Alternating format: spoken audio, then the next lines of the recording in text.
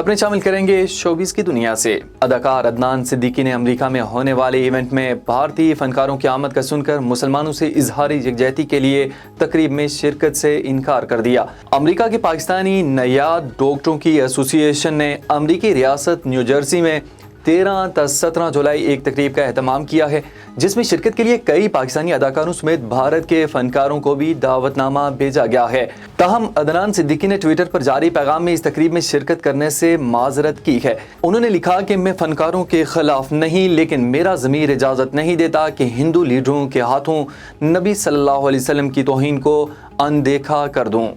اور اداکارہ اشنا شاہ کا عامر لیاقت حسین کی قبر کشائی کے عدالتی حکم پر رد عمل سامنے آ گیا۔ اداکارہ اشنا شاہ نے ٹویٹر پر رد عمل دیتے ہوئے عامر لیاقت حسین کی قبر کشائی کی مخالفت کی ہے۔ انہوں نے لکھا کہ اس شخص کو دنیا سے جانے کے بعد تو آرام کرنے دو۔ اداکارہ نے کہا کہ قبر کشائی سے عامر لیاقت حسین کا جسد حاکی نکالنا ان کے بچوں کو مزید اذیت دے گا، وہ پہلے ہی کافی مشکلات سے گزر چکے ہیں۔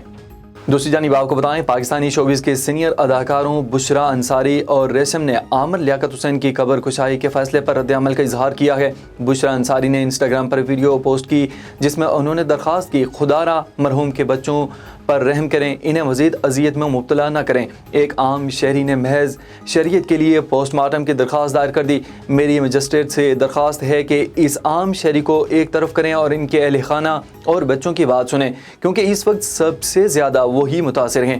دوسری جانب اداکارہ ریشم کا کہنا ہے کہ سپرد خاک کے بعد قبر کشائی اور پوسٹ مارٹم کبھی عمل ہے۔ اللہ تعالیٰ عامر لیاقت کے درجات بلند کرے۔